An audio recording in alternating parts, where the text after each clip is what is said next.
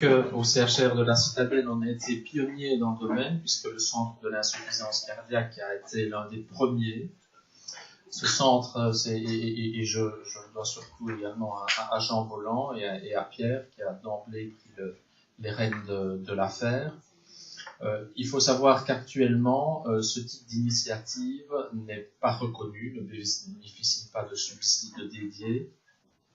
Et donc, au départ, ça a été fait seulement sur la volonté, sur le caractère un peu visionnaire de Jean Bolland, de se dire qu'il fallait certainement pouvoir créer ce type de cellules, parce que les études l'ont montré par la suite, ça réduit la morbimortalité, le fait d'avoir ce type de centre. Et Pierre est actuellement, il parlera également en sa qualité, non seulement responsable du centre, mais surtout également de président du groupe belge de heart failure.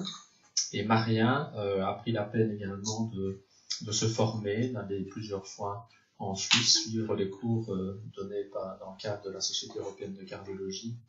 Et donc le binôme va vous parler aujourd'hui, vous faire un topo actualisé sur la gestion de l'insuffisance cardiaque. Je pense que c'est Marien qui commence.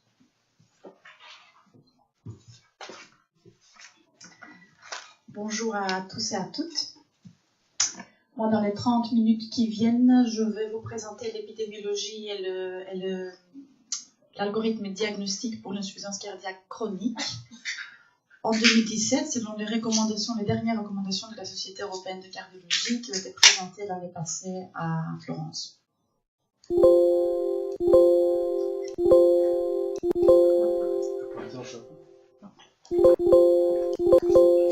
C'est là qu'il doit lever ici et l'autre. Un bouton en dessous. Ok. Donc un petit rappel pour les classes des recommandations et les niveaux d'évidence. Traitement ou examen en classe 1, c'est un traitement qui est indiqué, qu'on doit faire. Un traitement ou un examen recommandé en classe 2A, c'est un traitement qui devrait être considéré. 2B qui pourrait être considéré. En classe 3, qui est contre-indiqué. Niveau d'évidence A, c'est le niveau le plus fort parce que c'est des données qui sont disponibles après multiples études randomisées ou de méta-analyse. Niveau d'évidence B, des données qui sont disponibles après une seule étude randomisée ou des larges études non randomisées. Et niveau d'évidence C, c'est le plus faible niveau parce que c'est des données qu'on a après des consensus, des avis d'experts, des petites études ou des registres. Et on commence par l'épidémiologie. Premier point, c'est que l'insuffisance cardiaque est une maladie qui est fréquente. Au niveau international, la prévalence est entre 1 et 2% de la population adulte, pourcentage qui augmente jusqu'à 10% pour les patients qui ont plus de 70 ans. Actuellement, mondialement, on a 26 millions de patients qui souffrent d'insuffisance cardiaque, dont 15 millions en Europe. Qu'en est-il de la Belgique ? 230 000 Belges souffrent d'insuffisance cardiaque actuellement, un chiffre qui sera augmenté d'ici 2030 de 30%. On a plus ou moins 15 000 nouveaux cas par an, c'est-à-dire 40 cas par jour. Aux États-Unis et en Europe, l'insuffisance cardiaque représente 1 à 3% de toutes les hospitalisations. Deuxième point, c'est que l'insuffisance cardiaque est une maladie mortelle, avec une mortalité intra-hospitalière qui va jusqu'à 10% selon les diverses études, et une mortalité à 1 an qui va jusqu'à 30 et 40%. Il faut savoir que le pronostic est presque comparable à celle de plusieurs formes de cancer, avec une survie à 5 ans de plus ou moins 50%. Bon, je ne vais pas trop parler d'argent, mais quand on parle de la santé publique, on est obligé de toucher ce sujet-là. Et l'insuffisance cardiaque est une maladie qui coûte et qui coûte cher. Au niveau international, 108 milliards de dollars par an sont dépensés en insuffisance cardiaque. En Belgique, 1 à 2% du budget de l'INAMI sont dépensés en insuffisance cardiaque. 2/3 du coût est lié aux hospitalisations. À titre d'exemple, en 2014, 152 millions d'euros ont été dépensés pour l'insuffisance cardiaque. Une hospitalisation coûte environ 7 000 € par patient, montant qui peut augmenter jusqu'à 20 000 € pour le forme d'insuffisance cardiaque sévère. Et ces chiffres-là sont plus impressionnants si on pense au fait qu'un mois après l'hospitalisation, 20 patients de malades seront réhospitalisés et qu'à un an, 60 à 70% de malades seront réhospitalisés et que 50% de ces hospitalisations-là auraient pu être évitées. Mais c'est quoi l'insuffisance cardiaque? C'est un syndrome clinique qui a deux composantes, des symptômes et ou des signes typiques associés à une anomalie cardiaque structurelle qui résulte à la réduction du débit cardiaque ou à une élévation de pression intracardiaque au repos ou à l'effort. Deux classifications que je trouve utiles. La première, c'est la classification selon la classification fonctionnelle, selon NYHA. Patient en classe fonctionnelle 1, c'est le patient qui n'est pas limité lors de ses activités physiques ordinaires. Patient en classe 2, c'est le patient qui présente une légère diminution de ses activités physiques ordinaires, mais qui est confortable au repos. Patient en classe 3, le patient qui devient de plus en plus limité lors de ses activités quotidiennes, mais qui reste confortable au repos. Et le patient en classe fonctionnelle 4, c'est le patient orthopnéique qui est symptomatique au repos et évidemment au moindre effort. Si je peux me permettre un commentaire, vous le savez déjà que cette classification est quand même un peu subjective. Deuxième classification, selon la fraction d'éjection du ventricule gauche. D'une part, on a l'insuffisance cardiaque à fraction d'éjection réduite, c'est-à-dire inférieure à 40%. D'autre part, on a l'insuffisance cardiaque à fraction d'éjection préservée, c'est-à-dire supérieure ou égale à 50%. Et là, j'insiste sur le fait que ce n'est pas parce qu'un patient a 60% de fraction d'éjection qu'il ne peut pas avoir une insuffisance cardiaque.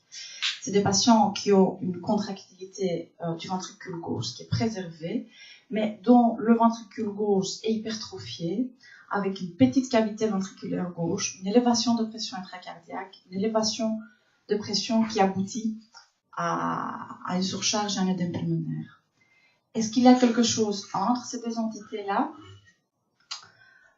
Dans la médecine, exactement comme dans la vie, il n'y a pas que du noir ou du blanc. Il y a aussi du gris, et la société européenne vient nous montrer ça en introduisant une troisième entité, l'insuffisance cardiaque dite mid-range en anglais. Malheureusement en français, je n'ai pas une traduction adéquate, intermédiaire peut-être. C'est les patients qui ont une fraction d'éjection entre 40 et 49%, qui ont des caractéristiques intermédiaires entre les deux entités. Et c'est aussi les patients qui ont eu une insuffisance cardiaque à fraction d'éjection réduite et qu'avec le traitement, ils améliorent leur fraction d'éjection. Cette entité a été introduite par la Société européenne pour faciliter tout ce qui est recherche par rapport à la physiopathologie de cette entité-là. J'insiste sur l'insuffisance cardiaque à fraction d'éjection préservée parce que elle devient de plus en plus fréquente. Ici, sur le taux d'hospitalisation global pour insuffisance cardiaque, en 2005, on avait 33% qui avaient une fraction d'éjection préservée. Et ce pourcentage augmente tout doucement jusqu'à 39% en 2010 et actuellement, 45% de patients hospitalisés pour insuffisance cardiaque ont une fraction d'éjection qui est préservée.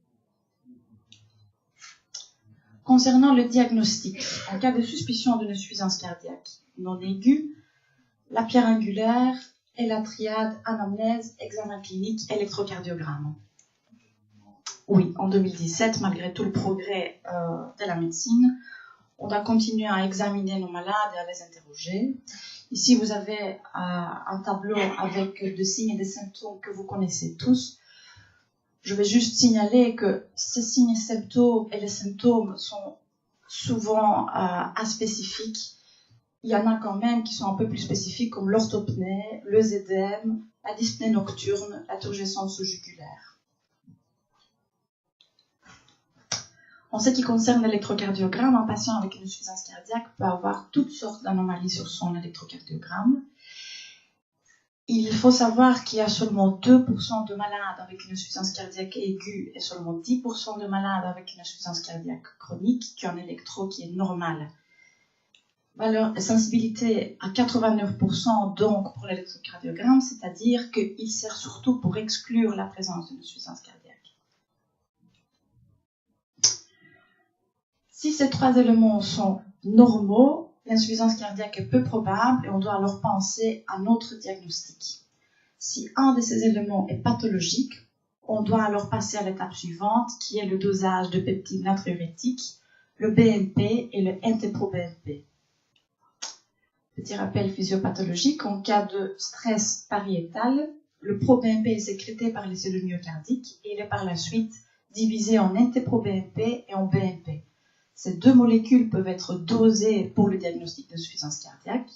Le NT-proBNP est une molécule qui est inactive. Par contre, le BNP a beaucoup d'actions qui sont bénéfiques dans le contexte d'insuffisance cardiaque. Il provoque une vasodilatation, une diminution de la pression artérielle, une diminution de l'activité du système sympathique et du système de rénine-angiotensine-aldostérone, diminution de la fibrose et de l'hypertrophie ventriculaire gauche, et on a une augmentation de la diurèse et de la natriurèse également. L'utilité est surtout pour exclure une insuffisance cardiaque parce que les peptides natriurétiques ont une valeur prédictive négative qui est très élevée. Un exemple typique qui peut démontrer l'utilité du dosage de peptides, par exemple aux urgences, c'est le patient de 70 ans, cardiopathie ischémique connue, plus ou moins 50-55% de fraction d'éjection, patient BPCO, appareillé pour un syndrome d'apnée du sommeil, diabétique, hypertendu. C'est le patient typique qu'on hospitalise tous les jours en cardio ou même en pneumo. Il a une BPCO Gold de 2, il vient pour dyspnée depuis 2 semaines en majoration, une toux un peu grasse, pas de foyer dans la radiographie thoracique, 10 ou 20 de CRP. Que faire de ce malade-là? Si en dosant le NT-proBNP ou le BNP, le taux est inférieur au seuil, on peut alors exclure une insuffisance cardiaque et diriger le malade vers le service de pneumologie ou faire d'autres examens. Les peptides natriurétiques servent aussi pour le suivi de l'insuffisance cardiaque. Il y a des études qui ont démontré que si on base notre traitement sur le suivi de peptides natriurétiques et non seulement sur la clinique et les symptômes, le suivi est meilleur et le pronostic est meilleur. Il y a un défaut, il y a un problème avec le peptide natriurétique en Belgique parce qu'ils ne sont pas remboursés et chaque dosage coûte entre 20 et 25 € par patient. Qu'est-ce qui se passe si les peptides natriurétiques sont positifs? Est-ce que l'insuffisance cardiaque est certaine? Pas vraiment. Pourquoi? Parce qu'il y a plusieurs causes cardiaques et non cardiaques qui peuvent augmenter le taux de peptides. Le patient âgé, le patient avec une insuffisance rénale et toute pathologie cardiologique. Mais il y a aussi deux cas où le taux des peptides est anormalement bas alors que le patient souffre d'une insuffisance cardiaque. Et ça, c'est chez les patients avec une obésité morbide et chez les patients qui présentent un œdème pulmonaire flash. Je vais sauter quelques minutes sur la partie de la présentation de Pierre pour vous présenter encore un cas, une possibilité où le taux de peptides est modifié. Et ça, c'est à cause d'un nouveau traitement qui a été récemment sorti sur le marché, qui est l'Entresto, qui est une association du valsartan, le sartan que vous connaissez, de sacubitril. C'est une molécule qui a récemment montré son efficacité en termes de morbimortalité sur l'insuffisance cardiaque à fraction d'éjection réduite. Et qu'est-ce qui se passe? Le sacubitril est une molécule qui inhibe la dégradation du BNP, qui augmente donc le taux de BNP dans la circulation et donc qui augmente les effets bénéfiques. Et donc un patient traité par Entresto, puisqu'il est bien traité, aura un taux de NT-proBNP qui diminue, mais un taux de BNP qui sera élevé. Ça ne pose pas de problème dans notre institution parce qu'on utilise le NT-proBNP pour faire le diagnostic d'insuffisance cardiaque. Par contre, dans d'autres centres ou des laboratoires, on utilise le BNP. Un patient qui est sous Entresto, il faut savoir que son taux de BNP sera élevé sans qu'il y ait forcément une poussée d'insuffisance cardiaque. Donc, si les peptides sont positives, si les peptides sont négatives, je vous ai déjà dit qu'une insuffisance cardiaque est improbable, il faut penser à notre diagnostic. S'ils sont positifs, on ne peut pas en être certain, et donc il faut quand même faire une échocardiographie. C'est exactement la même chose si dans notre institution, on n'a pas les peptides natriurétiques. Je m'occupe de l'insuffisance cardiaque, je m'occupe de l'échographie, donc je vais sûrement vous parler de l'échographie cardiaque, mais elle est objectivement recommandée en classe 1 par la Société européenne de cardiologie pour le diagnostic. C'est l'examen de référence pour les diagnostics et le suivi parce qu'il n'est pas cher, parce qu'il est facile, parce qu'il est reproductible et on peut le faire au lit du malade. Alors, première utilité, c'est d'évaluer la fonction systolique du ventricule gauche. Je dois signaler que la fraction d'éjection qu'on mesure pour ça n'est pas une mesure de la fonction systolique du ventricule gauche. La fraction d'éjection, c'est du volume qui rentre et qui sort dans le ventricule, mais il ne mesure pas la contractilité intrinsèque du muscle. C'est donc une estimation de la fonction systolique du ventricule gauche. C'est le paramètre le plus proche qu'on a pour évaluer la fonction systolique, mais ce n'est pas une mesure absolue de la force du muscle cardiaque. Et ça, on doit quand même le savoir. Le volume dépendant, la fraction d'éjection, le volume dépendant. Donc au milieu, on a un patient qui a un cœur normal.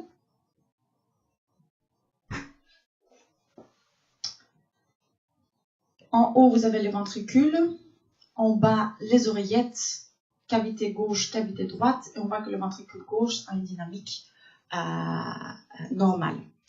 Par contre, ici à gauche, on a un patient qui a une insuffisance cardiaque à fraction d'éjection réduite. Le ventricule est dilaté et on voit que cette dynamique est nettement altérée. Ici à droite, un patient avec une insuffisance cardiaque avec fraction d'éjection préservée.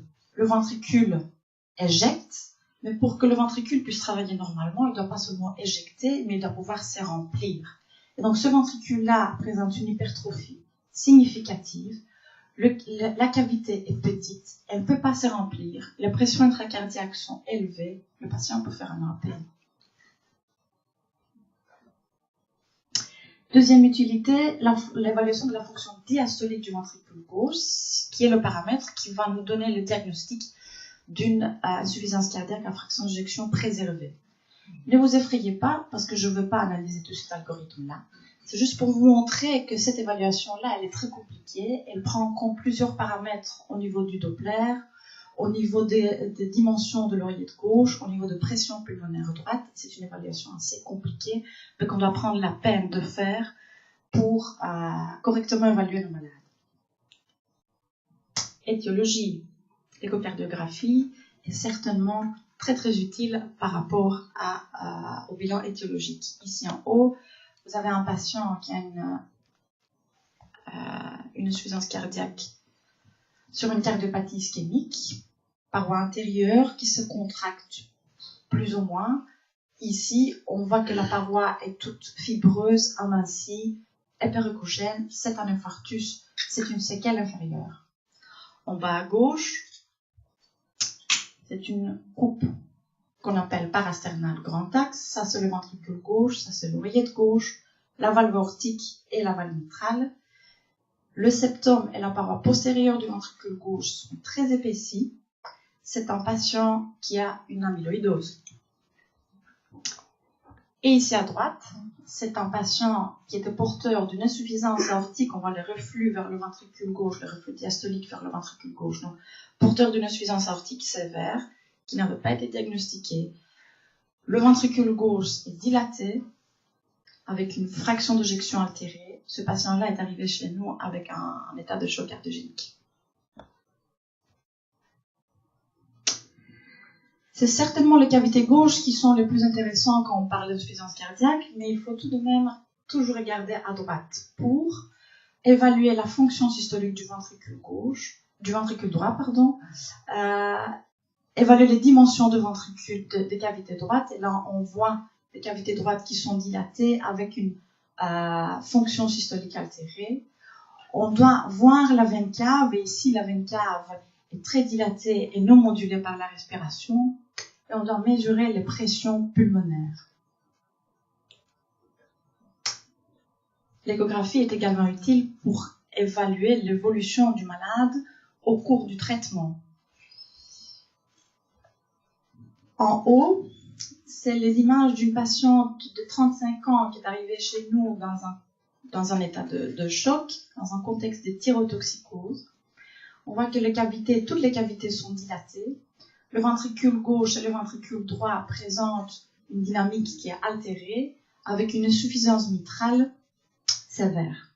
Une fois qu'on a corrigé ces chiffres thyroïdiennes, et une fois qu'on a instauré le traitement classique que Pierre Troisfontaine vous expliquera tout à l'heure, on voit que la patiente a normalisé sa fraction d'éjection avec une insuffisance mitrale qui est maintenant seulement légère.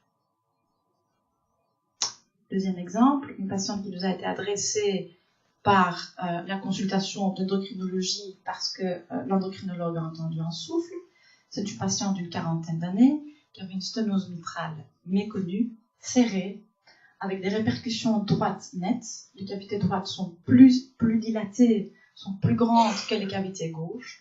La patiente avait une hypertension pulmonaire sévère, une insuffisance tricuspidienne sévère et une altération de sa dynamique du ventricule droit. Elle s'est fait opérer pour un remplacement valvulaire mitral par valve mécanique, que vous voyez ici, pour annuloplastie tricuspidienne, et on voit que un mois après, le ventricule droit est nettement moins dilaté, avec une fonction systolique qui est en amélioration. Dans la médecine et bien sûr dans l'insuffisance cardiaque, il faut toujours chercher le pourquoi. Il faut chercher pourquoi un patient qui vient en insuffisance cardiaque de nouveau a cette pathologie-là. Il faut chercher pourquoi un patient qui a une insuffisance cardiaque connue se dégrade. Et ici, vous avez toute une liste de causes, des causes qui concernent le myocarde, cardiopathie ischémique, cardiopathie toxique, il ne faut pas oublier la chimiothérapie, l'alcool, les drogues, maladies inflammatoires ou infiltratives, maladies métaboliques ou génétiques. Et puis, on a toute une série de causes de surcharge en volume en pression, l'hypertension artérielle, la valvulopathie, comme vous avez vu tout à l'heure, maladie du péricarde, l'hyperdébit, comme l'anémie, la thyrotoxicose, un sepsis, une insuffisance rénale avec une surcharge volumique. Et il ne faut pas oublier les arythmies, tant les tachycardies, mais aussi les bradycardies qui peuvent provoquer une insuffisance cardiaque. Est-ce qu'il y a d'autres explorations qui peuvent être utiles dans le contexte d'insuffisance cardiaque? Bien sûr, la biologie. On va regarder si le patient a une anémie, si le patient a une insuffisance rénale, l'ionogramme, la fonction hépatique. Elle a une petite astuce pour la fonction hépatique chez les patients avec une insuffisance cardiaque. Une élévation des transaminases est un signe de bas débit chez les patients avec une insuffisance cardiaque à fraction d'éjection réduite. Une cholestase est plutôt un signe de congestion veineuse, une surcharge volémique. L'ergospirométrie est utile pour orienter le patient vers la transplantation de l'assistance ventriculaire. Elle est recommandée en classe 1. Dans notre centre, elle est très souvent, toujours utilisée dans notre centre de révalidation cardiaque avant d'entamer un programme de révalidation cardiaque et pour évaluer l'évolution du patient au cours de ces séances de révalidation. La radiographie thoracique, je n'en parle pas, du patient qui rentre dans l'hôpital d'avoir sa radio. La résonance magnétique cardiaque est utile en termes d'étiologie. On peut identifier un malade qui a une myocardite, un patient qui a une maladie infiltrative, une sarcoïdose, une hémochromatose. Et elle est aussi utile pour évaluer la fraction d'éjection chez les patients qui sont peu échogènes. Le coronaroscanner pour l'insuffisance cardiaque est très peu utilisé. il est utile pour exclure une cardiopathie ischémique chez les patients avec un risque bas ou intermédiaire pour avoir une coronaropathie, et ça parce que le coronaroscanner a une valeur prédictive négative très élevée. Et la coronarographie chez les patients avec une insuffisance cardiaque est recommandée en classe 1 en cas d'arrêt cardiaque arythmie ventriculaire ingo-réfractaire, et en classe 2-1 chez les patients qui ont une ischémie documentée et qui ont un risque intermédiaire ou risque élevé d'avoir une coronaropathie. Donc, pour conclure, j'espère vous avoir convaincu que l'insuffisance cardiaque est une maladie mortelle, fréquente, qui coûte cher. 50% des hospitalisations pourraient être évitées avec la bonne prise en charge. J'insiste sur la nécessité de ne pas oublier l'insuffisance cardiaque à fraction d'éjection préservée. J'insiste sur la nécessité de bien interroger nos malades et de faire un bon examen clinique. Les peptides natriurétiques servent surtout en termes de prise en charge initiale pour exclure une insuffisance cardiaque. L'échocardiographie est la méthode de référence pour le diagnostic et le suivi. Il faut toujours se demander pourquoi le malade a une insuffisance cardiaque de nouveau ou une insuffisance cardiaque qui s'aggrave. Je vous remercie pour votre attention. Je propose de garder les questions pour la fin et que Pierre enchaîne directement sur son exposé.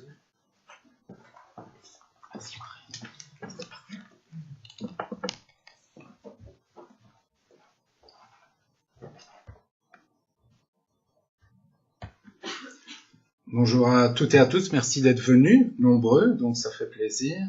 Et désolé d'avoir modifié un peu les habitudes des réunions du mardi. Voilà, donc après ce bel exposé que Maria a fait sur l'approche diagnostique et l'épidémiologie, moi j'ai la lourde tâche d'aborder tout le versant thérapeutique. Et comme on l'a dit, on va surtout aborder le versant thérapeutique. Désolé, je sais que les slides passent. Mais... Voilà. Je vais aborder le traitement médicamenteux. Alors ça, c'est une vraie photo des années 50. C'était comment on traitait un insuffisant cardiaque dans les années 50. Ils étaient au lit et les infirmières venaient entre autres apporter des Lucky Strike ou d'autres cigarettes parce que malheureusement, il n'y avait pas beaucoup de traitements et d'options thérapeutiques. Les choses ont évolué et donc dans les recommandations, dans les années 80, on vu apparaître les premières études concernant l'insuffisance cardiaque, entre autres avec la digoxine. Et puis les bêta-bloquants, les IEC sont apparus, les sartans, et ensuite les molécules plus récentes que nous aborderons. Je vais pouvoir avancer sur cette dia sur les recommandations. Et donc le traitement et les recommandations de la Société européenne de cardiologie sont basées sur l'evidence base, sur les niveaux de recommandations. Comme l'a dit Maria, classe 1, ça doit être instauré, c'est une obligation même pour les pays anglo-saxons. Une classe 2, ça devrait être, là il y a une petite coquille, mais donc classe 2A, ça devrait être envisagé, classe 2B, ça peut être envisagé, et classe 3, c'est une contre-indication. Alors ça a toute son importance, comme vous verrez, pour certains traitements que parfois on pense utiles dans l'insuffisance cardiaque, mais qui n'ont pas leur place et qui sont même contre-indiqués. Alors avant de traiter le patient malade, il y a toutes les situations pour éviter le développement d'une insuffisance cardiaque, et éviter ou retarder son implantation. Bien sûr, il y a toute la prévention concernant l'hypertension artérielle, mais également la maladie coronarienne. Et donc, Maria en a parlé, les causes épidémiologiques, la principale cause d'insuffisance cardiaque, la première, c'est la maladie coronarienne en 1. Et donc, tout ce qui pourra être fait pour éviter la maladie coronarienne a toute son importance. Et donc, l'arrêt du tabac et l'éviction de toutes les drogues a bien sûr toute sa place. Et vous voyez que chaque fois, ce sont des recommandations de classe 1A pour toutes celles que j'ai mis en évidence. La place des IEC, ça c'est important, un patient qui a une dysfonction systolique en écho, comme a parlé Maria, mais qui est asymptomatique, ce patient devrait avoir un IEC même s'il n'a pas de plainte. De même, si c'est lié, et encore plus si c'est lié à une maladie coronarienne sous-jacente, donc là, ce sont ces deux éléments qui sont tous les deux en classe 1, et concernant les bêta-bloquants, dans le même registre, un patient qui a une dysfonction systolique mesurée à l'écho, même s'il n'a pas de plainte, il devrait, en termes de prévention et pour éviter le développement d'une insuffisance cardiaque, recevoir des bêta-bloquants. Donc là, on était, on va dire, dans la phase préventive. Maintenant, on va entrer, si les dias va bien passer, dans le vif du sujet, à savoir le traitement pharmacologique. Comme on l'a dit, il y a une nouvelle recommandation, une nouvelle classification qui a été introduite à la Société européenne en prenant 3 catégories, donc les fractions d'éjection réduites, les fractions d'éjection intermédiaires et les fractions d'éjection préservées.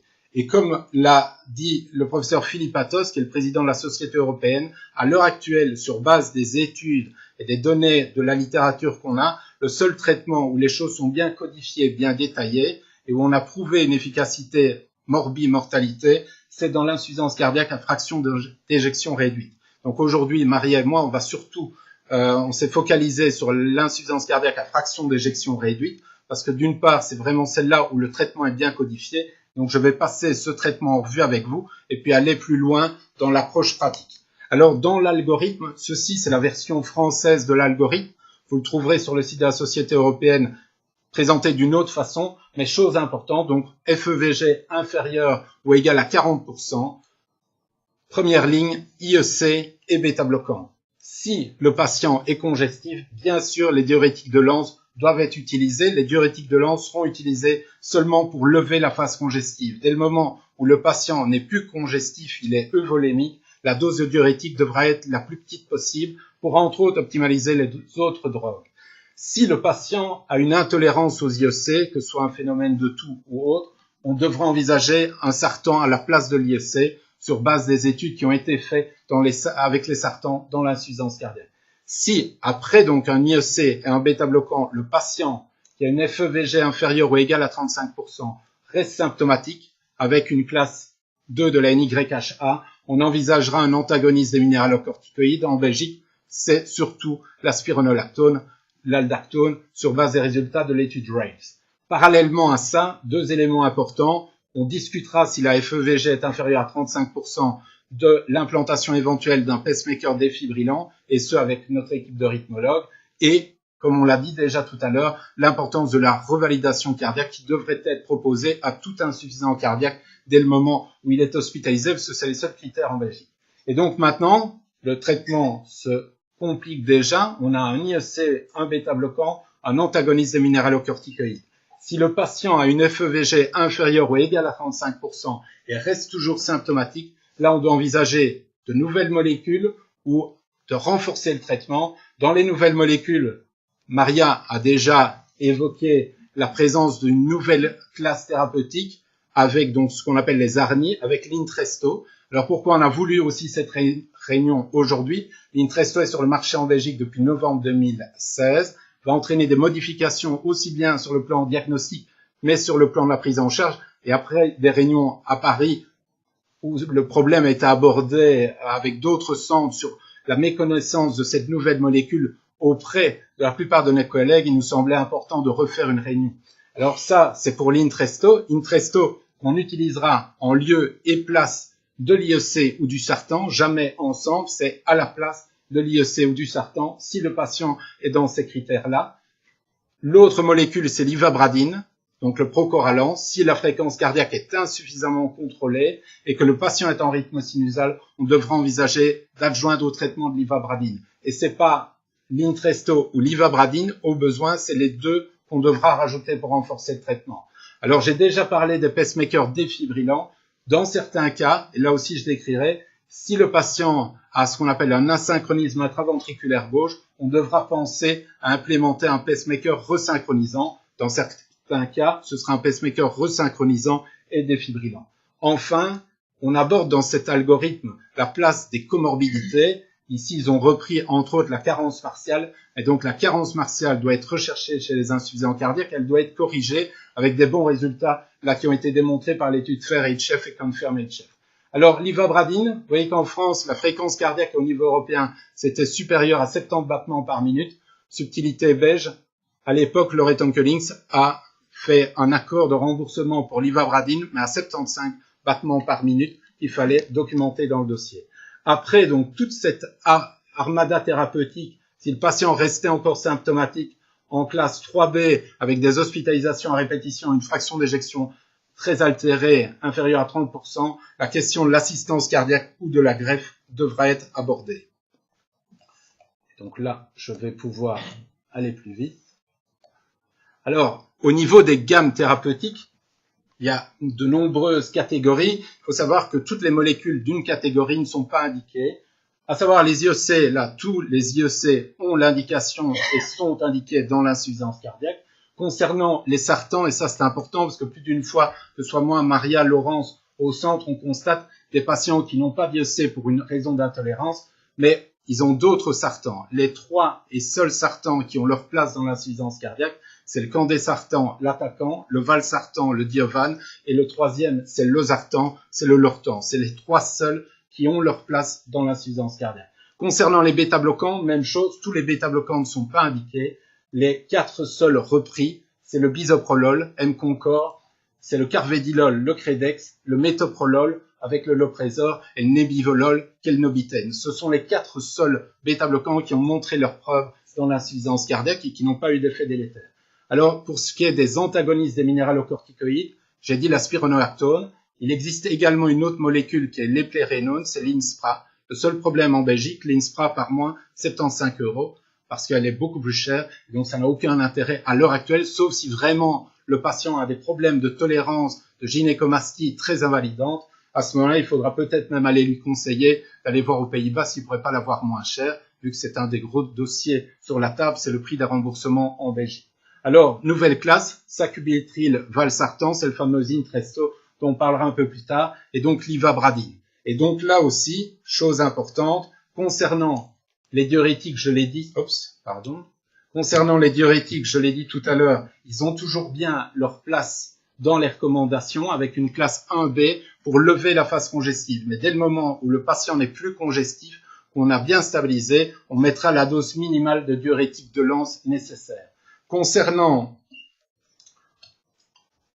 les sartans, là, c'est en lieu et place des IEC. Si le patient ne tolère pas l'IEC, il y a un autre cas de figure qui est envisagé, mais là, entre guillemets, avec beaucoup de précautions, c'est d'envisager le sartan avec le bêta-bloquant chez un patient qui ne tolérerait pas les antagonistes des minéralocorticoïdes et au besoin, il l'associerait. Là, pour mon point de vue, avec la plus grande prudence, vu les risques d'hyperkaliémie et d'insuffisance rénale. Concernant la digoxine, elle a toujours sa place. Maintenant, comme disait le professeur Cohen-Soal, le gros problème de la digoxine, c'est la marge thérapeutique que nous avons, à savoir qu'en dessous de 0,5 nanogrammes par millilitre, on est inefficace, et au-dessus d'1,2, on devient toxique. Et chez des patients polymédiqués, ça peut avoir des conséquences assez fâcheuses.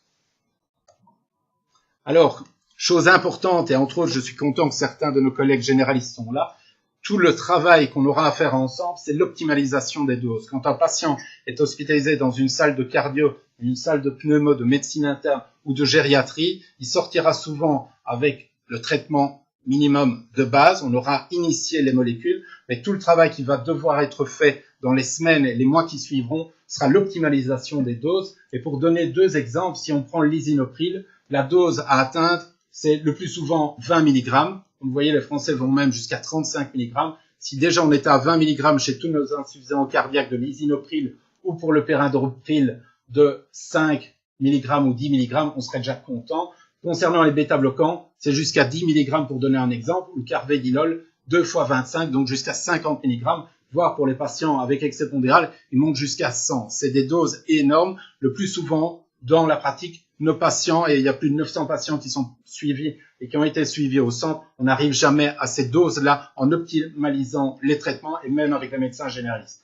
Concernant la spironolactone, chose importante, on ne dépasse pas dans l'insuffisance cardiaque 25 voire 50 mg, c'est vraiment la dose maximum de spironolactone à ne pas dépasser. Et concernant les sartans, je vous ai dit, il y en a que 3, et donc c'est 32 mg pour le candésartan, le losartan 50 voire 100 à 150 et le valsartan 160 voire 320. Et donc tout ça ne se fait pas du jour au lendemain, vu qu'on a des patients souvent avec des comorbidités qui sont très fragiles, avec des éléments qui vont faire qu'on devra y aller très progressivement. Concernant l'ivabradine et le procoralan, juste un bref rappel, c'est le premier de sa classe. Donc c'est un inhibiteur sélectif de ce qu'on appelle les canaux IF. Donc au niveau du nœud sinusal, il va entraîner des modifications au niveau de la pente de dépolarisation diastolique et donc il va avoir un effet bradycardisant pur. vu qu'il agit au niveau du nœud sinusal, si le patient est en fibrillation auriculaire, l'ivabradine, le procoralant, n'a aucune place, il doit être arrêté, ça ne sert à rien, il fera une économie pour le patient, mais ça ne servira à rien. Et donc, ça, c'est un élément important, c'est un bradycardisant pur, donc il n'a pas d'effet inotrope négatif, et donc, sur base des résultats de l'étude SHIFT, entre autres, l'ivabradine a eu son entrée dans les recommandations de la Société européenne, et donc est repris pour les patients insuffisants cardiaques, qui ont donc, et j'insiste, un traitement optimal avec un IEC à la dose optimale, un bêta-bloquant à la dose optimale, ça c'est ce qui est écrit dans les recommandations, et un antagoniste des minéralocorticoïdes. Si le patient est en rythme sinusal, et donc avec une fréquence cardiaque supérieure à 75 battements par minute, qu'on n'arrive pas à augmenter les bêta-bloquants, ce patient, on devra envisager de lui mettre l'ivabradine et le procoralant. Mais donc s'il est en FA, là ça n'a aucun intérêt, il faudra envisager d'autres choses. Alors ça, c'était avant les dernières études publiées en 2014, et entre autres l'arrivée d'une nouvelle molécule. Donc ici, on va parler de l'approche pharmacologique. Comme l'a dit Maria tout à l'heure, désolé, ici les séquences sont un peu lentes dans l'ordi, mais au départ, les premières études se sont intéressées au système orthosympathique et donc à l'effet délétère de l'épinéphrine et de la norépinéphrine, avec les effets de vasoconstriction, d'activation du système rénine-angiotensin-aldostérone, d'augmentation de la fréquence cardiaque, et même s'il y avait un effet bénéfique qui était l'augmentation de la contractilité. Et là, les études, entre autres CIBIS, ont montré l'intérêt des bêta-bloquants dans l'insuffisance cardiaque. La deuxième approche, plutôt dans les années 90, a été de se focaliser sur le système rénine-angiotensin-aldostérone avec les IEC, avec les sartans et les antagonistes des minéralocorticoïdes pour contrecarrer les effets délétères que peuvent avoir le système rénine-angiotensin-aldostérone chez le patient insuffisant cardiaque. Et donc, comme Maria l'a évoqué tout à l'heure, une troisième approche a été faite, c'est de s'intéresser au rôle du BNP, l'effet biologique que Maria a abordé tout à l'heure du BNP, et de voir comment optimaliser l'effet de ce BNP chez l'insuffisant cardiaque. Sachant qu'il avait été démontré déjà avant que les peptides natriurétiques, le BNP, l'ANP et le CNP, avaient donc des effets biologiques qui agissaient, comme l'a dit Maria, diminution vasodilatation avec diminution de la pression artérielle, une contre-régulation sur les systèmes orthosympathiques, un effet de natriurèse et de diurèse, et une contre-régulation sur le système rénine-angiotensin-aldostérone, sur la fibrose et l'hypertrophie. Et donc, il était intéressant de se focaliser sur cette approche, et donc, entre autres, c'est avec, comme l'a dit Maria, le sacubitril, qui est un inhibiteur sélectif de la néprilysine, et donc, il y a une molécule qui a été étudiée, c'est le LCZ696, qui combinait le sacubitril, un inhibiteur de la néprilysine, et d'autre part, un sartan, le valsartan. Et donc, cette molécule, c'est le LCZ696, qui a donc été envisagée et étudiée, avec des éléments quand même importants, c'est qu'elle a des effets secondaires qu'il faut connaître, parce que ça aura un impact dans la prise en charge des patients. Et donc, l'objectif était clair, c'était agir en bloquant le système rénine-angiotensin-aldostérone par un sartan et amplifier l'effet bénéfique et biologique du BNP. Et donc, cette étude qui a été publiée en 2014, c'est l'étude Paradigm, qui a été présentée à l'ESC au congrès de 2014 et qui avait montré des effets importants sur plus de 8400 patients, avec un effet important sur le critère combiné qui était mortalité cardiovasculaire et hospitalisation. Et comme Maria l'a dit, les hospices coûtent très cher en insuffisance cardiaque, mais avec donc cette combinaison, le LCZ696, on réduisait de 20% par rapport à un traitement conventionnel. L'autre bas avait de l'énalapril à dose optimale, avait des bêta-bloquants, avait un traitement optimal selon les guidelines. Et donc, on remplaçait l'énalapril par le LCZ696. Et donc, sur le critère combiné, ils ont une réduction de 20%. Et sur le critère de mortalité cardiovasculaire, là aussi, ils ont une réduction de 20% avec un P hautement significatif. Raison pour laquelle, et si on va même voir un peu plus loin, au niveau aussi des hospices, la chose importante, Maria l'a dit, il y a un haut taux de réhospitalisation précoce des insuffisants cardiaques, ce qui coûte très cher dans nos pays industrialisés, c'est les réhospitalisations fréquentes. Mais ici, avec le LCZ696, dans les 30 jours qui suivaient l'instauration du traitement, on notait une réduction notable des hospitalisations pour insuffisance cardiaque, vu que là, c'était une réduction de 40% avec de nouveau un P significatif. Raison pour laquelle aussi l'étude a été arrêtée plus tôt, et que dans les suites de ça, alors qu'il y a eu une seule étude, mais avec 8400 patients, l'Intresto est entré dans les recommandations avec une recommandation de classe 1B.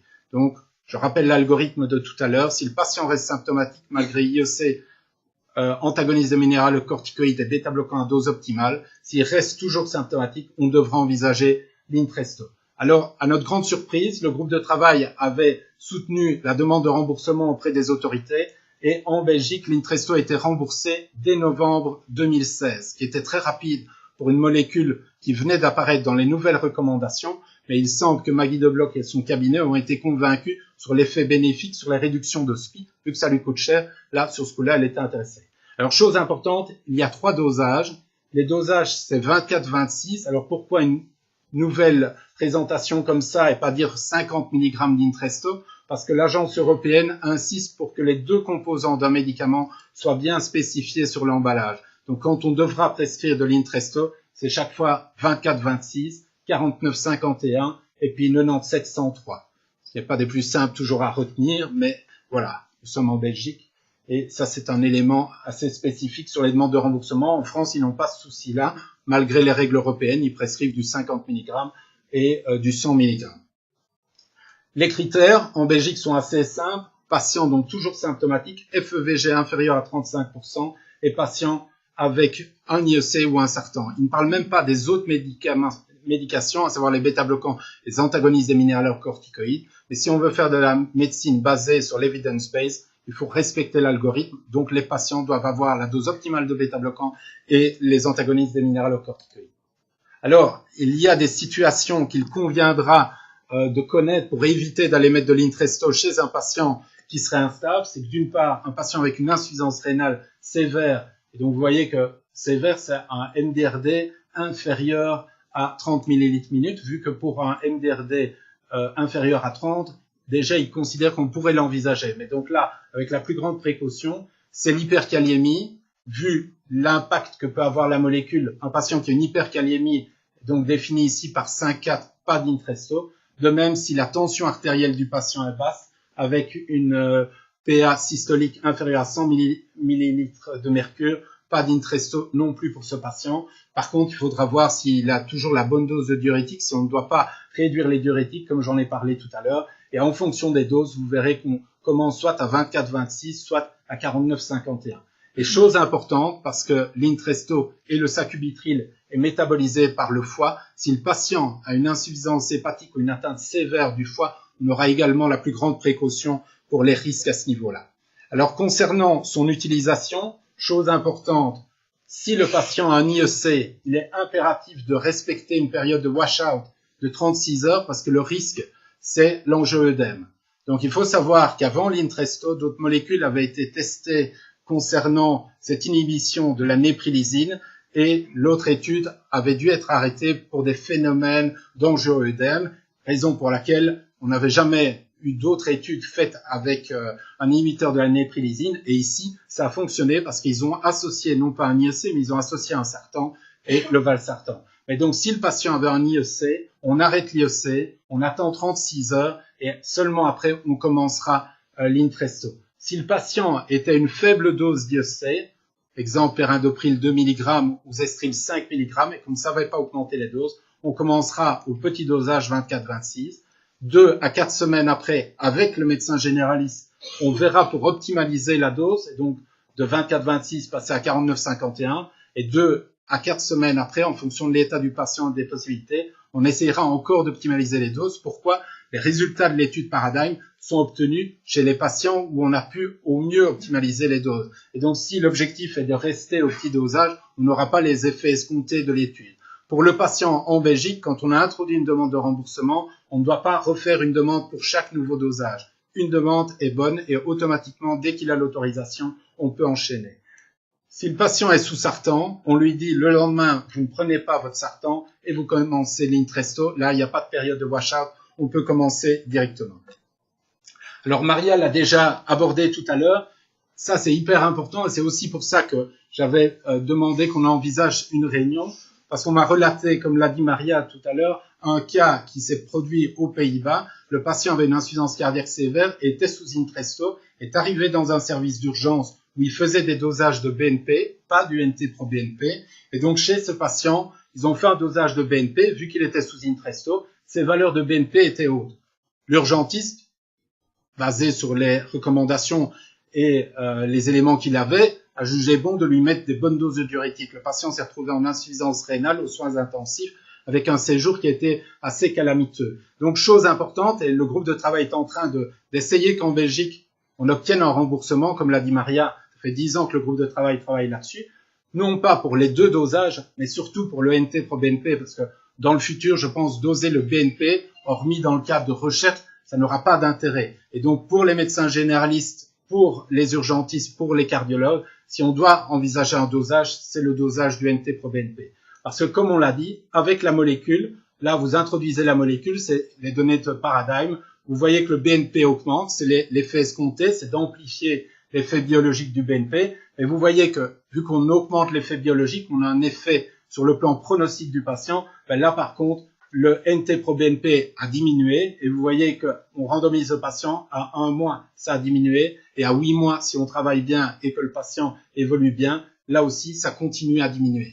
Et comme l'a dit Maria, ça, des données importantes sont revenues après l'étude Paradigm, c'est qu'un insuffisant cardiaque qui a un NT-proBNP à plus de 1000, on commence l'Intresto, ses valeurs de NT-proBNP passent en dessous de 1000 au bout d'un mois, celui-là aura le meilleur pronostic. Si ces valeurs restent élevées, ce patient est à haut risque de complications et ce sont des gens qu'on devrait suivre de façon plus rapprochée au centre de l'insuffisance cardiaque. L'autre chose importante, c'est que si un patient est hospitalisé et à la sortie, avec un NT-proBNP à l'admission, à la sortie, on a un NT-proBNP qui n'a pas diminué de plus de 30%, ces patients-là aussi ont un moins bon pronostic et devraient être suivis de façon plus rapprochée. Donc l'algorithme, je l'ai remis là, toutes nos DIA seront disponibles sur le site du CHR, et donc pour l'algorithme décisionnel thérapeutique, il est ici. Je vous avais dit qu'on irait voir un peu plus loin sur le plan pratique. On avait déjà abordé ce sujet-là il y a 2 ans. Et donc, chose importante, les bêta-bloquants, ils sont souvent initiés durant la phase hospi à faible dose ou par les médecins généralistes. La chose importante, c'est d'essayer d'optimaliser les doses, comme je l'ai montré, pour arriver aux doses optimales reprises dans les recommandations. Et donc ça ne se fera pas en un jour. Et donc, en principe, toutes les 2 semaines, et donc là, c'est le médecin généraliste, entre autres, quand il revoit le patient, si le patient est bien, que sa fréquence cardiaque est toujours élevée, que la tension le permet, on doit envisager d'augmenter la posologie des bêta-bloquants. S'il a une hypotension asymptomatique, si le patient est à 9,6 qui n'a aucune plainte, on ne modifie pas son traitement. Chose importante, si par contre il notait des bradycardies, si la bradycardie, on est inférieur à 50 battements par minute et que le patient décrit des plaintes, on peut réduire de moitié les bêta-bloquants. Et si on a une fréquence qui reste encore très basse et un patient symptomatique, là il faudra l'arrêter. Pour l'hypotension, même chose, si elle est asymptomatique, on ne fait rien, même avec un 9,6 de tension, mais on s'assurera qu'il n'y a pas d'autres molécules à arrêter. Un insuffisant cardiaque, normalement, ne devrait pas avoir d'anticalcique, sauf dans des cas exceptionnels. Et les nitrés ont un intérêt sur le plan symptomatique, ou éventuellement à une phase aiguë, le patient en OAP, mais un patient en insuffisance cardiaque chronique, avec une fraction d'éjection réduite, les nitrés n'ont pas d'intérêt, donc on les arrêtera pour essayer d'optimaliser plutôt les doses. Concernant les IEC, même chose, donc je me répète, mais on initie à faible dose, on essaye d'optimaliser, et la chose importante, les prises de sang, je sais qu'on nous tape les oreilles qu'on fait trop de prises de sang, mais un insuffisant cardiaque, si on ne fait pas les prises de sang régulières, soit il revient aux urgences, soit il ne revient plus du tout, et donc ces patients-là, normalement, ce sont des prises de sang régulières. Après une hospitalisation, c'est dans les 2 semaines qui suivent, et chaque fois qu'on optimalise les molécules, là aussi, il faudra faire des prises de sang. Et donc ici, pour les IEC et Sartan, chaque fois qu'on augmente d'un palier, dans les 2 semaines qui suivent, il faudra refaire une prise de sang pour vérifier la créatinine, l'ionogramme et voir comment les choses évoluent. Alors, concernant IEC et Sartan, une insuffisance rénale modérée n'est pas une contre-indication pour avoir un Sartan et on peut même tolérer, il y a des néphros dans la salle, mais normalement, dans nos guidelines, on tolère jusqu'à une élévation de 30% de la créatinine au niveau de la prise de sang dans le suivi. Maintenant, s'il y a d'autres causes, bien sûr, comme une canicule comme maintenant, ça doit être intégré pour adapter les doses de diurétiques. L'hypotension, j'en ai déjà parlé tout à l'heure. Concernant les antagonistes de minéralocorticoïdes, là, la chose vraiment importante à garder en mémoire, c'est les problèmes d'hyperkaliémie. Quand dans les années 90, l'étude Rails avec la spironolactone est sortie, aux États-Unis, ils ont eu un engouement important vu les résultats de l'étude Rails. Il y a eu une explosion de prescription de spironolactone et une explosion des décès à la phase aiguë de patients qui ont eu des hyperkaliémies et qui ont fait des arrêts cardiaques.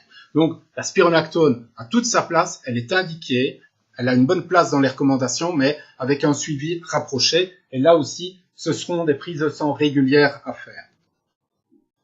Alors, un élément important dans l'approche pratique d'un insuffisant cardiaque, c'est le problème lié aux résistances aux diurétiques. Nous, il n'est pas rare d'avoir des patients où on monte jusqu'à 10 mg de bumétamide, donc de Burinex, ou 1 g de Lasix. Alors, d'une part, quand on doit commencer à monter dans les doses chez les insuffisants cardiaques sévères et qu'on est bien face à une phase congestive, on devra au mieux fractionner les doses, faire 8, 12, 16 heures par exemple pour les prises, voire 20 heures, mais ça c'est exceptionnel. Pourquoi? Parce que si on laisse des diurétiques en soirée chez un insuffisant cardiaque, c'est le meilleur moyen qu'il se casse la figure à son domicile, qu'il se fasse une comorbidité supplémentaire et qu'il soit réhospité pour autre chose. Et si il ne répond pas à des hautes doses, il faudra envisager assez tôt le passage au diurétique IV. Et donc ça, il n'est pas rare qu'on organise, nous, des cures de diurétique IV ici. Le régime hyposodé, alors on n'a pas dit sans sel, mais hyposodé, a un intérêt pour potentialiser l'effet des diurétiques. Et dans certains cas, on rajoute un thiazidique quand on est déjà à des hautes doses de diurétique de Lens, plus la spironolactone. Il ne faut pas hésiter à rajouter un thiazidique, mais là aussi, avec la plus grande précaution concernant la kaliémie et la fonction rénale. Concernant l'Intresto, je vais aller rapidement vu que je viens de l'aborder. Et donc, le plus souvent, on commencera avec le faible dosage, 24-26, et on essaiera donc d'augmenter ces dosages toutes les 2 à 4 semaines avec des suivis rapprochés de la fonction rénale et de la kaliémie. Alors, on l'a rajouté, Laurence et moi, pour toute question centre de l'insuffisance cardiaque. Pourquoi? On essaye de centraliser les cas, d'une part, pour avoir un registre ici de nos patients, mais aussi pour identifier les patients qui ne sont pas des répondeurs. Que ce soit moi, Maria, Philippe, on a tous, dans le service, essayé des patients. On a eu certains qui n'ont pas répondu à la molécule avec des phénomènes d'hypotension. Pour avoir assez sévère, alors qu'on avait réduit les diurétiques, alors qu'on avait respecté l'algorithme en ayant des patients avec une pression artérielle suffisamment haute.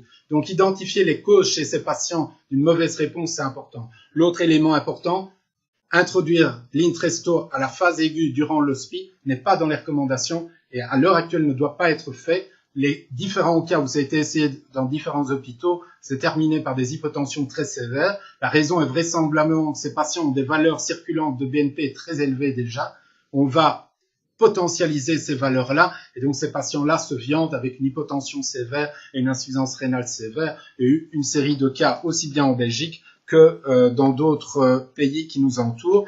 Chose importante, pour ces versants-là, de même pour l'insuffisance cardiaque à fraction d'éjection préservée, des études sont en cours. Mais donc, si vous avez des cas dans les salles de médecine interne ou en consultation où vous dites, tiens, ça vaudrait la peine qu'on envisage pour ce patient l'Intresto, vous n'hésitez pas à nous contacter et nous, on organisera, parce qu'il y a tout un document aussi, il y a une checklist pour vérifier que le patient est dans les critères, il y a un document pour informer au mieux le médecin généraliste sur la dose qu'il va recevoir, la date à laquelle il faut faire les prises de sang et les modalités pour le remboursement. Suivi biologique, je ne vais pas m'étendre, je l'ai dit, j'attirais juste l'attention que des situations actuelles comme nous vivons ici de canicule nécessitent normalement que les insuffisants cardiaques, un contact téléphonique soit organisé soit via le centre de l'insuffisance cardiaque. C'est ce qu'on a fait, on a même mis un message sur notre compte Facebook de l'association de patients, mais également par les médecins généralistes parce que ces patients, même si souvent ont une phase congestive, en période de canicule, on doit les autoriser à boire un peu plus, mais avec une surveillance étroite. Mais une gastro-entérite doit être intégrée et toute situation de déstabilisation comme une fièvre. Alors, on en a parlé, traitement médicamenteux, il y a des molécules, comme je l'ai dit, qui sont contre-indiquées. Il faut savoir qu'il y a toute une série de molécules, mais les antiarythmiques de classe 1C sont une contre-indication, c'est une classe 3. Donc normalement, un insuffisant cardiaque sévère ne devrait pas avoir d'antiarythmique de classe 1C. Dans des situations exceptionnelles, pour des patients suivis entre autres avec nos rythmologues, qui ont déjà un pacemaker défibrillant, on est dans des situations d'orage rythmique et qu'on n'a plus tellement d'autres options, parfois il y a des décisions collégiales qui sont prises pour des cas extrêmes. Mais en pratique, normalement, aucun insuffisant cardiaque ne devrait avoir des antiarythmiques de classe 1C. L'autre chose importante, j'ai parlé des anticalciques, le verapamil et le diltiazem sont contre-indiqués. Vu leur effet inotrope négatif, ils déstabilisent un insuffisant cardiaque. Et chose importante, parce que souvent on s'est oublié, mais la moxonidine est contre-indiquée. Donc même si un patient insuffisant cardiaque a des problèmes d'hypertension, on optimisera toutes les doses, mais la moxonidine est une contre-indication, c'est une classe 3. Alors chose importante aussi, on a de plus en plus de patients qui rejettent nos molécules traditionnelles en disant « Ouais, moi je me soigne par les plantes ». Il ne faut pas oublier de leur dire que toute une série de plantes ont des effets non négligeables et peuvent déstabiliser aussi bien leur état hémodynamique comme la réglisse, mais également des effets pro-arythmogènes comme ici le Donkay et l'angélique, avec des risques d'allongement du QT. Donc là, c'est un petit conseil. Nos amis pharmaciens, je pense, devraient en prendre bien conscience dans les conseils qu'ils donnent pour l'instant en pharmacie. Alors justement, après le traitement médicamenteux, il y a toute l'approche non médicamenteuse. Donc le patient est stabilisé avec tout l'arsenal thérapeutique dont j'ai parlé. Il est en classe 2 à 4 de la NYHA, il a un asynchronisme. On discutera avec nos collègues rythmologues et donc Jean-Marc qui pour l'instant est celui qui assure tout le service de rythmologie vu que Liliana Stéphan est toujours en congé de maternité et avant l'arrivée de nouvelles personnes dans l'équipe. Mais toujours est-il, la resynchro a un rôle important et là aussi, depuis les années 2000, toute une série d'études ont montré l'effet bénéfique. Si le patient a une FEVG inférieure à 35%, qu'on a de la TV documentée Holter ou qu'on a une électrophysiologie positive, et voire également dans d'autres cas que je vais montrer, on devra envisager un pacemaker défibrillant, voire la combinaison, ce qu'on appelle un pacemaker resynchronisant défibrillant. Si le patient n'est pas stabilisé et qu'il a moins de 65 ans, malgré un traitement optimal, on fera éventuellement une ergospirométrie et en fonction de ces données-là, la question d'une assistance cardiaque ou de la greffe devra être envisagée. Mais l'approche non médicamenteuse n'est pas que ça, c'est également tout un versant éducatif, c'est le rôle de chacun, médecin, infirmière, médecin généraliste, tous les paramédicaux, c'est l'éducation du patient insuffisant cardiaque, c'est tout le rôle important de la revalidation cardiaque, et là aussi, les données de la littérature montrent l'importance, et c'est une recommandation de haut niveau comme je vais vous le montrer, les cliniques de l'insuffisance cardiaque, concept né dans les années 90, mais là aussi qui ont fait leurs preuves et qui sont dans les recommandations avec un niveau de recommandation classe 1. Alors, la prise en charge des comorbidités, vu le temps, on n'aura pas le temps d'aborder toutes les comorbidités, mais les comorbidités chez un insuffisant cardiaque a son importance et doivent être recherchées, traitées et soignées, dont les syndromes d'apnée du sommeil. Alors, concernant la revalidation, je vous mens pas, recommandation classe 1A. Ça doit être fait. Donc, tout insuffisant cardiaque qui est hospitalisé à la Citadelle, normalement, devrait bénéficier d'un dossier de revalidation cardiaque. Et pourquoi? Les données de la littérature ont montré des réductions sur les hospices, une amélioration de la qualité de vie, voire des capacités de réinsertion socio-professionnelle de ces patients. Et donc, ça devrait être proposé à tous les patients insuffisants cardiaques. Les modalités peuvent varier d'un centre à l'autre, mais toujours est-il qu'ici, en 2005, on a créé un centre spécifique aussi de revalidation des insuffisants cardiaques avec des groupes plus petits destinés à regrouper ces patients. Et donc, tout patient, dès le moment où il est stable, classe 2 à 3 de la NYHA, avec un traitement médical optimalisé, je dirais même un traitement non médical optimalisé, on lui proposera un programme de revalidation avec, en Belgique, on a droit à 45 séances pendant 6 mois, dès le moment où un dossier a été fait pendant l'hospice. Et pour ces patients, c'est le plus souvent 2 à 3 séances par semaine.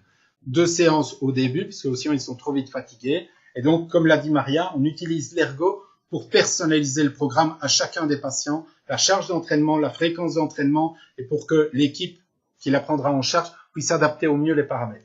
Avec un encadrement adéquat, nos kinés, l'équipe paramédicale de Revin, il y a des formations aussi continues qui sont faites pour eux, pour gérer ce type de patients, avec ce qu'on appelle l'intervalle training et d'autres techniques de revalidation. C'est des programmes longs, parce que 2 séances, à raison de 45 séances, ils sont partis pour 20 à 24 semaines de revalidation, avec parfois entrecoupés de pauses vu leur état. Alors, à côté de ça, j'ai parlé de la resynchro. Je ne sais pas si la séquence va passer, chaque fois une fois sur 2. Toujours est-il que le plus souvent, pour schématiser et simplifier, un patient qui a un bloc de branche gauche a un asynchronisme entre le septum et la paroi latérale du ventricule gauche, avec une contractilité qui n'est pas optimale. Quand on met à ces patients, et là c'est pour schématiser, un PS resynchro, avec une sonde dans l'oreillette droite, une dans le ventricule droite, et une troisième qui va ici au niveau, via le sinus coronaire, au niveau de la paroi latérale du ventricule gauche. On resynchronise les deux parois pour essayer d'optimaliser la contractilité. Ah, je voudrais peut-être bien passer. Oui. Donc ici, vous avez le septum qui se contracte alors que quand la paroi latérale plutôt se contracte, le septum s'éloigne. Donc là, on a un asynchronisme. Et quand on met un pèse resynchro, on resynchronise ces deux parois. Donc, il y a des critères qui sont repris. Les plus simples à retenir, donc, traitement optimal, FEVG inférieur ou égal à 35%, et durée de QRS supérieure à 130 millisecondes. Ces patients-là, on doit discuter et réfléchir de la resynchro. Voici l'algorithme détaillé dans la Société européenne. De nouveau, classe 1 de recommandation. Donc, ça devrait être fait sans aucune hésitation pour une durée de QRS supérieure à 150 millisecondes et sous traitement optimal. Pour une durée entre 130 et 149 millisecondes, c'est aussi un niveau 1, mais avec un niveau d'évidence B. Et là, bien sûr, ce sera à discuter toujours avec nos rythmologues parce que aller mettre un PES resynchro dans une zone séquelaire étendue, ça n'aura pas tellement de sens. Et donc là, on fait une évaluation avec, entre autres, l'IRM cardiaque, voire des PET scans pour voir si les zones où on pourrait aller mettre la troisième sonde sont viables. Et donc ça, c'est toute l'évaluation et l'expertise de Jean-Marc avec Étienne et l'équipe d'Ecola. Concernant les patients qui devraient bénéficier éventuellement d'un pacing pour antibradie, si on a des hauts risques qui soient tout le temps simulés, ces gens-là et ces patients devraient avoir un pacemaker resynchronisant. Chose importante, si la durée du QRS est inférieure à 130 millisecondes, c'est une contre-indication, c'est une classe 3, on ne doit pas le faire. Il y avait des études et ces études n'ont pas été concluantes. Concernant le PES défib, là, les choses sont assez claires quand on est en prévention secondaire. Quand le patient a présenté une mort subite, il est bien sûr indiqué chez un insuffisant cardiaque s'il a bien récupéré qu'on implante un pacemaker défibrillant où l'objectif est donc de lui délivrer un choc. Si le patient, comme ici, fait une TV qui dégénère en fibrillation ventriculaire, on administre un choc intracavitaire avec un retour en rythme sinusal. Là aussi, il conviendra d'intégrer l'état général du patient, ses comorbidités. De nouveau, c'est discuté avec le heart team. Et là, donc, les choses sont claires. Patient qui a déjà présenté une mort subite, qui a une insuffisance cardiaque, c'est une classe 1A. Le patient qui est en classe 2 à 3 sous traitement optimal. Et si on est à plus de 3 mois de traitement optimal avec une FEVG inférieure à 35%, si c'est une cardiopathie ischémique et qu'on est à distance d'au moins 40 jours de l'infarctus, on devra envisager le pacemaker défibrillant. Et pour la cardiopathie dilatée, même chose, classe 1B, également. Concernant un patient en insuffisance cardiaque terminale, qui est donc toujours très symptomatique, avec un traitement optimal, ce n'est pas le PES défib qui doit être envisagé. S'il est dans les critères d'âge, ce sera l'assistance cardiaque ou la greffe, mais ce ne sera pas d'aller lui mettre un PES défib à ce moment-là. Et concernant les cas, comme j'ai dit, ça doit être discuté parce qu'il faut intégrer tout le contexte général du patient psychologique pour envisager le traitement. Alors, les comorbidités, j'ai dit qu'elles étaient importantes dans l'insuffisance cardiaque et encore plus avec le vieillissement de la population. Mais donc, vous avez ici aussi bien dans les insuffisances cardiaques à fraction d'éjection réduite et préservée, la prévalence et la présence des comorbidités. Et vous voyez que les plus fréquentes, c'est l'insuffisance rénale, l'anémie, le diabète, la BPCO, mais également les AVC et les apnées du sommeil. Or, plus un patient a des comorbidités, plus ici, pour ces risques de réhospitalisation, ça augmente. Et si on prend le cas des patients insuffisants cardiaques gériatriques, avoir 3 comorbidités, une insuffisance rénale, une anémie, un diabète, ce n'est pas rare, mais vous voyez que ces patients sont à très haut risque de réhospitalisation. Tout ça s'explique facilement. Ils ont des comorbidités qui vont interférer sur le diagnostic. Et l'exemple qui a été pris tout à l'heure était typique. Le patient avec une cardiopathie ischémique, BPCO, mais également les comorbidités vont aggraver leur pronostic et vont favoriser la réhospitalisation. Elles vont interférer aussi sur le traitement des patients. Et l'autre exemple typique, c'est le patient qui a des problèmes rhumatologiques, qui va ressortir avec des INS, et bingo, on déstabilise les insuffisants cardiaques et ils reviennent plus vite. L'autre, pour prendre un exemple ici de comorbidité, j'ai repris la carence martiale, parce que là, les choses sont bien documentées. Donc, on ne parle pas de l'anémie, on parle de la carence martiale. Un patient qui n'a pas d'anémie, mais qui a une carence martiale, on va avoir toute une série d'impacts au niveau de ses capacités fonctionnelles, mais également sur son hémodynamique. Et ces patients vont être déstabilisés. Donc on va avoir tous les impacts fonctionnels, mais également au niveau du métabolisme oxydatif, avec des déstabilisations de ces patients. Et donc ces patients qui ont une carence martiale doivent être diagnostiqués, dépistés et traités. Et donc là aussi, c'est une recommandation, c'est 2A, ça devrait être fait. Et ça, c'est basé sur l'étude Confirm-HF et FAIR-HF. Alors, il y a deux types de carences. Là aussi, c'est important. Il y a la carence martiale absolue, définie par une ferritine inférieure à 100 microgrammes par litre, et la carence martiale fonctionnelle, définie par une ferritine entre 100 et 300 microgrammes par litre, mais avec une saturation en fer de la transférine qui est basse, inférieure à 20%. Si des patients ont ce type de carence, ont une insuffisance cardiaque, on doit envisager de la corriger. Et ça, c'est repris dans l'algorithme que le groupe de travail a publié, à savoir que ces patients, donc quand ils sont en classe 2 à 4, s'ils sont sous traitement optimal, qui restent symptomatiques, il faut toujours penser à dépister la carence martiale. On considère même que c'est mieux de le faire 1 à 2 fois par an. Et donc, si le patient est dans les critères repris que j'ai élaborés, c'est 500 à 1000 mg d'injectafère qu'on fait en hôpital de jour. Et au besoin, on peut renouveler cette administration si au bout de 2 à 3 mois, on a toujours des valeurs insuffisantes.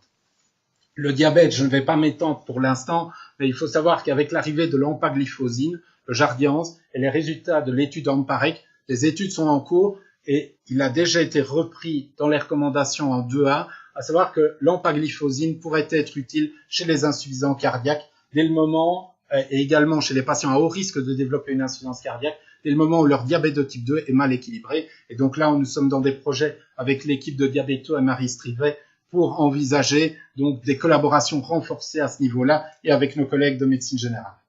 Alors, syndrome d'apnée du sommeil, là aussi, ça devrait être recherché chez tout insuffisant cardiaque au moins une fois par an. Pourquoi? Parce que la littérature démontre que 40 à 60% des insuffisants cardiaques ont des apnées du sommeil. Et les apnées du sommeil, quand on les traite, on améliore la situation sur le plan hémodynamique, mais sur le plan rythmique. Il y a juste un bémol. Il y a une étude qui a été publiée en 2014 aussi, c'est l'étude CERVE-HF. C'est avec un mode ventilatoire qu'on appelle la servoventilation. Ce mode est délétère, donc chez un insuffisant cardiaque, la servoventilation ne doit pas être envisagée. Pour la transplantation et l'assistance, vu le timing, je ne vais pas m'étendre. Et donc, il y a des critères bien stricts. Nous collaborons ici le plus souvent avec le CHU de Liège pour les patients qui doivent être référés pour la transplantation ou l'assistance cardiaque sur base d'une série de critères. Ici, j'ai pris les plus importants, mais patients sous traitement optimal qui restent symptomatiques avec des hospitalisations à répétition et qu'on voit que son état se dégrade, il faut penser à l'assistance cardiaque ou la greffe. Vous avez deux modèles. Ici, c'était le premier qui était plus lourd, des modèles portables. Maintenant, on a des modèles beaucoup plus petits. On a encore des modèles encore plus petits qui ont la taille de mon pointeur à peu près et qu'on peut mettre chez des patients. Alors, on l'a abordé dans l'introduction. Le gros problème de l'insuffisance cardiaque, donc, c'est le problème des réhospitalisations et des hospitalisations à répétition. Et donc là, on l'a montré tout à l'heure. Les réhospitalisations sont fréquentes dans l'insuffisance cardiaque. Et ici, Martin Cohy avait fait une reprise des différents registres où on voyait que le plus souvent, à un mois, vous aviez 25 à 30% de patients réadmis pour insuffisance cardiaque. Dans l'étude Everest, ils avaient trouvé la même chose. Et donc ça, c'est important parce que, comme on l'a dit tout à l'heure, dans l'insuffisance cardiaque, ce ne sont pas les médicaments qui coûtent cher, ce ne sont pas les médecins généralistes qui coûtent cher, même pas les spécialistes, c'est les hospitalisations à répétition. Ça, ce sont les données anglo-saxonnes. Les Pays-Bas ont fait les mêmes données. En Belgique également, on est toujours dans le même chiffre, c'est-à-dire dans l'insuffisance cardiaque, ce qui coûte, c'est les hospi à répétition. Et donc, chaque fois qu'on arrivera à réduire ce problème d'hospi, on améliorera le pronostic de nos patients. L'autre élément, c'est que chaque hospi s'accompagne d'une dégradation de la fonction rénale et de l'état cardiaque du patient. Et donc, là aussi, raison pour laquelle il faut les éviter. Chose importante aussi pour tous ceux qui sont en salle ou qui ont des contacts avec les patients hospi. Chaque fois qu'un patient hospitalisé pour insuffisance cardiaque sort de l'hôpital, la période la plus vulnérable, c'est le mois qui suit son hospitalisation. C'est pour ça que ces patients, avec Laurence Gredet, qui malheureusement est absente aujourd'hui, on essaye de les revoir précocement avec Maria pour avoir des contacts rapprochés, les revoir rapidement avec les médecins généralistes pour mettre ensuite le follow-up. Alors pourquoi c'est important? Ici, pour mettre bien tout le monde d'accord, vous avez une étude canadienne, donc faite dans un pays industrialisé comme le nôtre, sur plus de 10 500 patients qui avaient été hospitalisés pour insuffisance cardiaque. Quand on analysait la mortalité à 1 an, quand le patient n'était revu par personne dans le mois qui suivait son hospitalisation, 15% de décès à 1 an. Si le patient était revu par le médecin généraliste ou le cardiologue, séparément, on descendait à 10%. C'est déjà très bien. Et si par contre le patient est pris en charge dans une équipe pluridisciplinaire, de 15,5 on passait à 7,2, on avait réduit la mortalité de 50%. Et ici, McMurray avait synthétisé les recommandations. Donc là, on était en 2012 et 2013. Impliquer le patient dans sa prise en charge, c'est fort à la mode avec la littératie dont on nous parle beaucoup. La réévaluation précoce, ben ça, c'est ce qu'on essaye de mettre en place après qu'un patient a été hospitalisé. La collaboration renforcée avec la médecine générale, et ça, avec le GLAMO et le SILOS, ce sont des choses qu'on a essayé de mettre en place ici depuis plusieurs années et qui, déjà sur une série d'éléments, fonctionnent bien. Établir un plan de suivi, un plan thérapeutique, de telle manière que tout le monde a les mêmes informations au même moment, le médecin généraliste, le patient, voire le pharmacien. Là, il y a des projets également en cours. Une communication optimale, connaissons les limites des systèmes informatiques, mais avoir un système optimal de transmission des données en temps réel vers le médecin généraliste, vers le spécialiste, de telle manière qu'il n'y ait pas de perte d'informations, c'est important, et la fameuse approche pluridisciplinaire. Alors l'approche pluridisciplinaire, qu'est-ce qu'on entend par là? C'est un concept qui est né dans les années 90 dans les pays scandinaves, c'est donc d'encadrer le patient au mieux par toute une équipe. De nouveau, un heart team, avec le médecin généraliste, avec les cardiologues, les infirmières spécialisées, et donc c'est agir autour du patient pour éviter au maximum les réhospices. Et là aussi, recommandation classe 1A. Tout insuffisant cardiaque devrait normalement bénéficier d'une approche pluridisciplinaire dans un centre, avec classe 1A pour l'amélioration sur le plan symptomatique, mais également sur les hospitalisations et sur la mortalité. Donc toutes des choses qui devraient permettre à nos autorités de faire des économies. Malheureusement, les premières études datent des années 90, les premières recommandations nous s'est repris en 2005, nous sommes en 2017 en Belgique, nous attendons toujours un signal, avant c'était Lorette, maintenant c'est Maggie, et à l'heure actuelle, on ne voit toujours rien venir. Toujours est-il que, je l'ai dit, c'est une recommandation de classe 1A, et ici nous l'avons développée en 2005, comme l'a dit Étienne, à l'époque à l'initiative de Jean Bolland, et depuis lors, plus de 900 patients ont été suivis ici au CHR, et nous sommes le premier centre de Wallonie à ce niveau-là. Alors le but, c'est d'avoir cette approche pluridisciplinaire coordonnée avec une infirmière spécialisée, c'est le cas de Laurence, un centre aisément accessible, pour tous ceux qui connaissent, Laurence a un bureau avec un numéro d'appel unique, maintenant elle a une route aussi, mais il y a moyen d'aller et d'adresser les patients chez Laurence pour la prise en charge. On parle bien des patients à haut risque, entre autres ceux qui ont été réhospitalisés, qui sont en insuffisance cardiaque sévère. Il y a tout un travail d'information et d'éducation. Il y a la gestion du retour au domicile avec le médecin généraliste, et ça, ce sont des choses qu'on met en place et qu'on essaye toujours d'améliorer, et établir un plan thérapeutique complet. Comme vous avez vu, il y a le traitement médicamenteux, l'optimalisation du traitement médicamenteux, il y a tout le traitement non médicamenteux. Et ça, c'est le rôle de la clinique de l'insuffisance cardiaque, d'optimaliser ça avec l'ensemble de l'équipe. Je le répète encore, et je sais que Daniel Abaté est très sensible à ça, mais la collaboration avec la médecine générale, c'est un élément que nous avions intégré en 2005. Certains centres qui font des centres pluridisciplinaires, mais qui n'ont pas intégré la médecine générale, ça s'est cassé la figure. Je peux donner des exemples en Belgique, il y en a plusieurs. Et donc nous, ça a toujours été une volonté de collaborer. Gérer les situations de crise, c'est la veille des week-ends, c'est le patient qui se déstabilise, c'est le médecin traitant qui va au domicile, qui voit un patient instable, qui nous appelle. Et pour éviter un passage aux urgences avec éventuellement une durée longue aux urgences du fait du monde, c'est d'essayer de coordonner ça avec le centre, avec l'urgentiste et le coordinateur pour réduire la durée du passage aux urgences au besoin, voire que le patient ne passe pas aux urgences et monte directement dans les salles quand c'est possible. Et c'est soutien psychologique aux patients, mais également aux familles. On ne soigne pas juste un patient, on soigne un patient et une famille. Alors, j'ai dit, il y a un noyau dur. Ça, c'est le noyau dur. Le rôle de chacun est bien défini.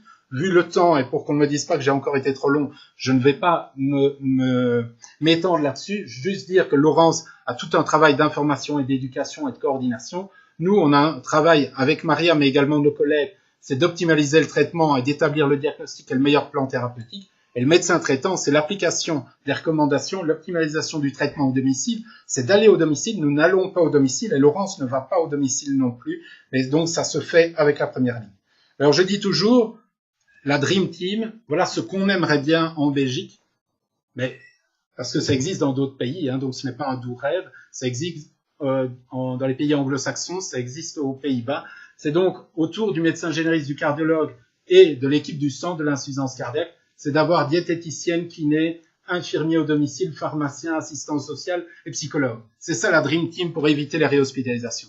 Et donc ça, c'est ce qu'on essaye de mettre sur pied. Malheureusement, à l'heure actuelle, nous avons pu le faire grâce à l'équipe de revalidation, parce que toutes ces personnes que vous avez en vert ici, nous, on est allé les chercher dans le groupe de revalidation cardiaque et on peut l'offrir à nos patients dans ce cadre-là. Alors l'éducation thérapeutique, et je terminerai par ça, et donc c'est le rôle de chacun. En Belgique et au sein du groupe de travail, toute une série d'outils ont été développés. Vous les retrouvez sur le site du groupe de travail de l'insuffisance cardiaque, mais également de la Société européenne de cardiologie. Et donc, il y a toute une série d'outils qui doivent être adaptés parce qu'en fonction de l'état du patient, de son niveau de connaissance de base et de son degré d'acceptation de la maladie, l'éducation ne va pas se faire en un jour. Il y a plus d'une 60aine de thèmes à aborder avec un patient. Laurence, pour certains thèmes, peut prendre 1 heure. Nous n'avons pas, nous, dans nos consultations, 1 heure pour aborder le problème éducatif. On nous demande de voir des patients, de faire des échos. On est dans une autre dynamique. Et donc, c'est pour ça qu'une approche pluridisciplinaire a toute son importance. Et donc, je terminerai par ça. Comme on l'a dit tout à l'heure, l'insuffisance cardiaque, elle est fréquente. Elle tue malheureusement toujours. Elle coûte très cher à la sécurité sociale, mais également aux patients. Elle est souvent sous-diagnostiquée, entre autres parce que nous n'avons pas le dosage des peptides natriurétiques. Mais les démarches diagnostiques et thérapeutiques, elles existent. Elles sont bien codifiées maintenant. Malheureusement, elles sont souvent peu utilisées. Et donc, que ce soit moi, Maria ou Laurence, on est à votre disposition si vous avez des cas pour en discuter. Et là, on aura le temps pour les questions. Hein, on a 1 minute. Ah ben non, hein. Est-ce qu'il y a place pour une question? Est-ce qu'il y a un commentaire ou une question à l'Assemblée?